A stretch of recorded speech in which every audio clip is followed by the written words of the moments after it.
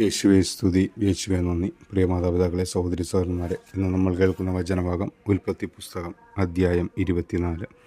ഇസ്ഹാക്കും റബേക്കായും. അബ്രാഹത്തിന് പ്രായമേറെയായി.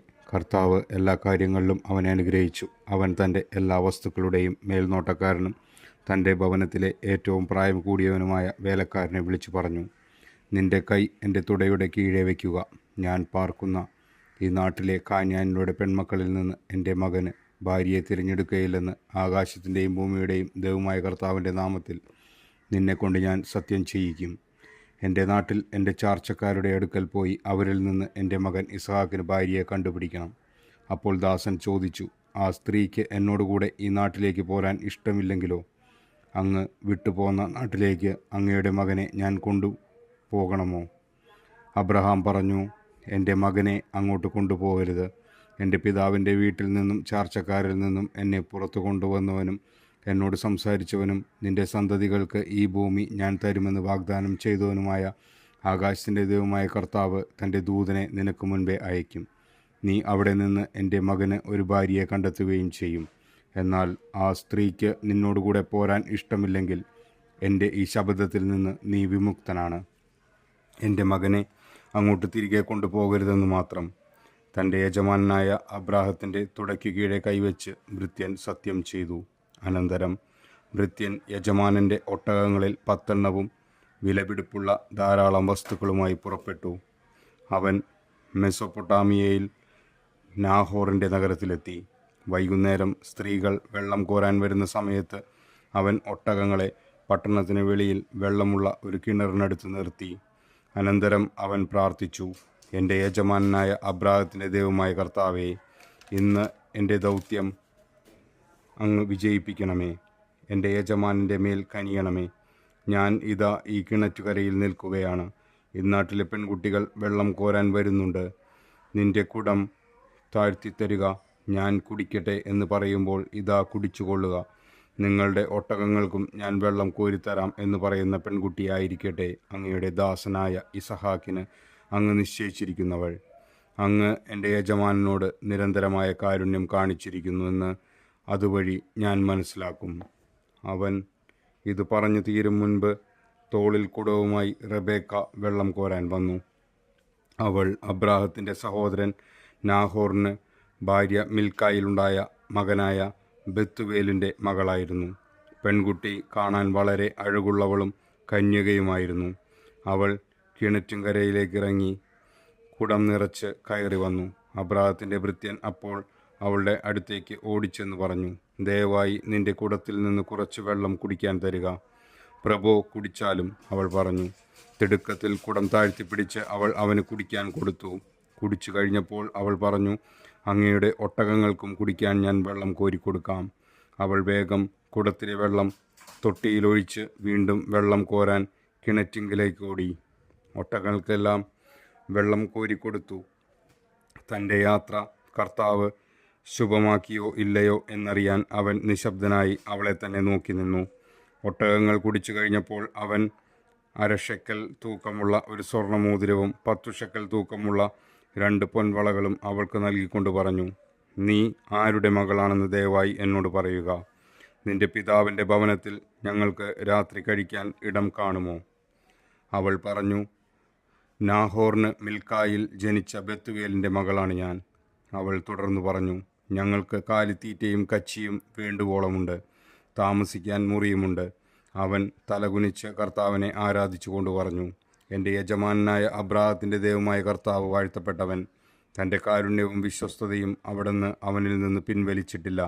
എൻ്റെ യജമാനൻ്റെ ചാർച്ചക്കാരുടെ വീട്ടിലേക്ക് അവിടുന്ന് എന്നെ നയിക്കുകയും ചെയ്തിരിക്കുന്നു.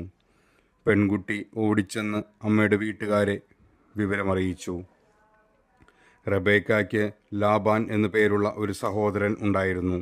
അവൻ ഉടനെ കിണറ്റുകരയിൽ ആ മനുഷ്യൻ്റെ അടുത്തേക്ക് ഓടിച്ചെന്നു. മോതിരവും വളകളും സഹോദരിയുടെ കൈകളിൽ കാണുകയും ആ മനുഷ്യൻ ഇങ്ങനെ എന്നോട് സംസാരിച്ചു എന്നവൾ പറഞ്ഞത് കേൾക്കുകയും ചെയ്തപ്പോൾ ലാബാൻ അവൻ്റെ അടുത്തേക്ക് ചെന്നു. അവൻ അപ്പോഴും കിണറ്റുകരയിൽ ഒട്ടകങ്ങളുടെ അടുത്ത് നിൽക്കുകയായിരുന്നു. ലാബാൻ പറഞ്ഞു, കർത്താവിനാൽ അനുഗ്രഹിക്കപ്പെട്ടവനെ, വരിക. എന്താണ് പുറത്തു നിൽക്കുന്നത്? ഞാൻ വീടും ഒട്ടകങ്ങൾക്കുള്ള സ്ഥലവും ഒരുക്കിയിട്ടുണ്ട്. അവൻ വീട്ടിലേക്ക് കയറി. ലാബാൻ ഒട്ടകങ്ങളുടെ ജീനി അഴിച്ചുമാറ്റി തീറ്റയും കച്ചിയും കൊടുത്തു. അവനും കൂടെയുണ്ടായിരുന്നവർക്കും കാൽ കഴുകാൻ വെള്ളവും കൊടുത്തു. അവർ അവന് ഭക്ഷണം വിളമ്പി. എന്നാൽ അവൻ പറഞ്ഞു, വന്ന കാര്യം പറയാതെ ഞാൻ ഭക്ഷണം കഴിക്കില്ല. പറഞ്ഞുകൊള്ളുക. ലാബാൻ സമ്മതിച്ചു. അവൻ പറഞ്ഞു, ഞാൻ അബ്രാഹത്തിൻ്റെ ഭൃത്യനാണ്. കർത്താവ് എൻ്റെ യജമാനനെ സമൃദ്ധമായി അനുഗ്രഹിച്ചിരിക്കുന്നു. അവൻ സമ്പന്നനാണ്. ആടും മാടും പൊന്നും വെള്ളിയും വേലക്കാരും ഒട്ടകങ്ങളും കഴുതകളും അവിടുന്ന് അവന് കൊടുത്തിരിക്കുന്നു. യജമാനൻ്റെ ഭാര്യ സാറ വൃദ്ധയായപ്പോൾ അവളിൽ ഒരു പുത്രൻ ജനിച്ചു. തനിക്കുള്ളതൊക്കെ യജമാനൻ അവനാണ് കൊടുത്തിരിക്കുന്നത്. എൻ്റെ യജമാനൻ എന്നെക്കൊണ്ടൊരു സത്യം ചെയ്യിച്ചു. ഞാൻ പാർക്കുന്ന കാനാൻകാരുടെ നാട്ടിൽ നിന്ന് എൻ്റെ മകന് നീയൊരു വധുവിനെ തിരഞ്ഞെടുക്കരുത്. മറിച്ച് നീ എൻ്റെ പിതാവിൻ്റെ നാട്ടിൽ എൻ്റെ ചാർച്ചക്കാരുടെ അടുത്തുപോയി എൻ്റെ മകന് ഒരു ഭാര്യയെ കണ്ടുപിടിക്കണം. ഞാൻ ചോദിച്ചു, ഒരു വേള ആ പെൺകുട്ടി എൻ്റെ കൂടെ വന്നില്ലെങ്കിലോ? അവൻ എന്നോട് പറഞ്ഞു, ഞാൻ സേവിക്കുന്ന കർത്താവ് തൻ്റെ ദൂതനെ നിൻ്റെ മുൻപേ അയച്ച് നിൻ്റെ വഴി ശുഭമാക്കും. എൻ്റെ പിതാവിൻ്റെ വീട്ടിൽ നിന്ന്, എൻ്റെ ചാർച്ചക്കാരിൽ നിന്ന് നീ എൻ്റെ മകന് ഒരു വധുവിനെ തിരഞ്ഞെടുക്കും. എൻ്റെ ചാർച്ചക്കാരുടെ അടുത്ത് ചെല്ലുമ്പോൾ പ്രതിജ്ഞയിൽ നിന്ന് നീ വിമുക്തനാകും. അവർ പെൺകുട്ടിയെ നിനക്ക് വിട്ടു തന്നില്ലെങ്കിലും പ്രതിജ്ഞയിൽ നിന്ന് നീ വിമുക്തനായിരിക്കും. ഞാൻ കിണറ്റുകരയിൽ വന്നപ്പോൾ ഇങ്ങനെ പ്രാർത്ഥിച്ചു, എൻ്റെ യജമാനായ അബ്രാഹത്തിൻ്റെ ദൈവമായ കർത്താവെ, ഞാൻ പുറപ്പെട്ടിരിക്കുന്ന കാര്യം അങ്ങ് ഇപ്പോൾ ശുഭമാക്കണമേ. ഇതാ, ഞാൻ ഈ കിണറ്റിൻകര നിൽക്കും. വെള്ളം കോരാൻ വരുന്ന പെൺകുട്ടിയോട്, ദയവായി നിന്റെ കുടത്തിൽ നിന്ന് എനിക്കല്പം വെള്ളം കുടിക്കാൻ തരിക എന്ന് ഞാൻ പറയും. അപ്പോൾ കുടിച്ചാലും അങ്ങയുടെ ഒട്ടകങ്ങൾക്കും ഞാൻ വെള്ളം കോരി തരാമല്ലോ എന്ന് പറയുന്ന പെൺകുട്ടിയാവട്ടെ എൻ്റെ യജമാനൻ്റെ മകന് അവിടുന്ന് കണ്ടുവച്ചിരിക്കുന്നവൾ. എൻ്റെ ഉള്ളിൽ ഞാനിത് പറഞ്ഞു തീരും മുൻപ് തോളിൽ കുടവുമായി വെള്ളം കോരാൻ റെബേക്ക വന്നു. അവൾ ഇറങ്ങിച്ചെന്ന് വെള്ളം കോരി.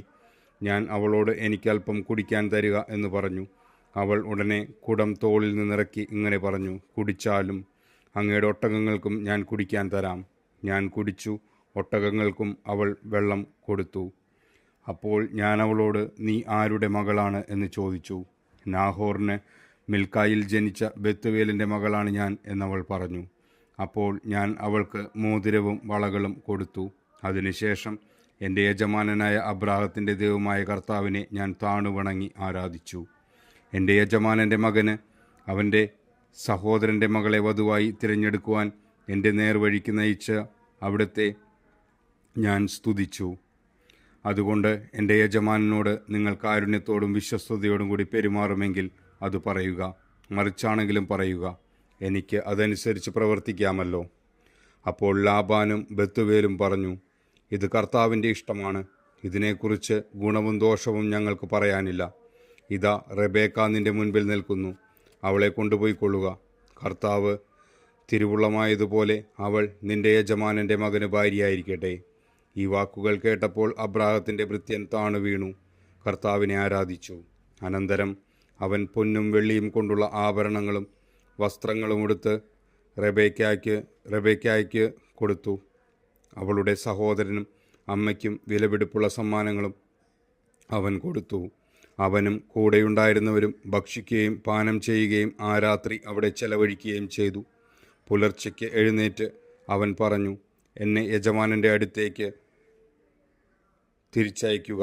അവളുടെ അമ്മയും സഹോദരനും പറഞ്ഞു, കുറച്ചുനാൾ കൂടി 10 ദിവസമെങ്കിലും അവൾ ഇവിടെ നിൽക്കട്ടെ. അത് കഴിഞ്ഞ് അവൾക്ക് പോകാം. അവൻ പറഞ്ഞു, എന്നെ താമസിപ്പിക്കരുത്. കർത്താവ് എൻ്റെ വഴി ശുഭമാക്കിയിരിക്കെ കൊണ്ട് യജമാനൻ്റെ അടുക്കിലേക്ക് തിരിച്ചു പോകാൻ എന്നെ അനുവദിക്കുക. നമുക്ക് പെൺകുട്ടിയെ വിളിച്ചു ചോദിക്കാം എന്നവർ പറഞ്ഞു. അവർ റെബേക്കയെ വിളിച്ചു, നീ ഈ മനുഷ്യനോട് കൂടെ പോകുന്നുവോ എന്ന് ചോദിച്ചു. ഞാൻ പോകുന്നു എന്നവൾ മറുപടി പറഞ്ഞു. അവൾ അവരുടെ സഹോദരി റെബേക്കയെയും അവളുടെ തോഴിയെയും അബ്രാഹത്തിൻ്റെ ഭൃത്യനോടും അവൻ്റെ ആൾക്കാരോടും കൂടെ പറഞ്ഞയച്ചു. അവർ അവളെ ആശീർവദിച്ച് പറഞ്ഞു, നീ ഞങ്ങളുടെ സഹോദരിയാണ്.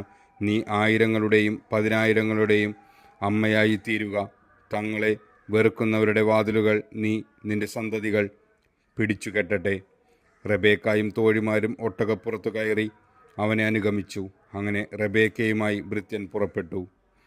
ആ ഇടയ്ക്ക് ഇസഹാക്ക് ബെർലഹായോറിയിൽ നിന്ന് പോന്ന് നെഗേബിൽ താമസിക്കുകയായിരുന്നു. ഒരു ദിവസം വൈകുന്നേരം അവൻ ചിന്താമഗ്നനായി വയലിലൂടെ നടക്കുകയായിരുന്നു.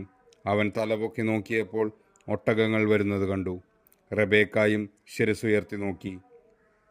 ഇസഹാക്കിനെ കണ്ടപ്പോൾ അവൾ ഒട്ടകപ്പുറത്ത് നിന്ന് താഴെ ഇറങ്ങി. അവൾ ഭൃത്യനോട് ചോദിച്ചു, അങ്ങകലെ പാടത്തുകൂടി നടക്കുന്ന നേരെ നടന്നു വരുന്ന മനുഷ്യൻ ആരാണ്? ഭൃത്യൻ പറഞ്ഞു, അവനാണ് എൻ്റെ യജമാനൻ. ഉടനെ അവൾ ശിരോവസ്ത്രം കൊണ്ട് മുഖം മൂടി. നടന്നതെല്ലാം ഭൃത്യം ഇസഹാക്കിനോട് പറഞ്ഞു. ഇസഹാക്ക് അവളെ തൻ്റെ അമ്മ സാറായുടെ കൂടാരത്തിലേക്ക് കൂട്ടിക്കൊണ്ടുപോയി.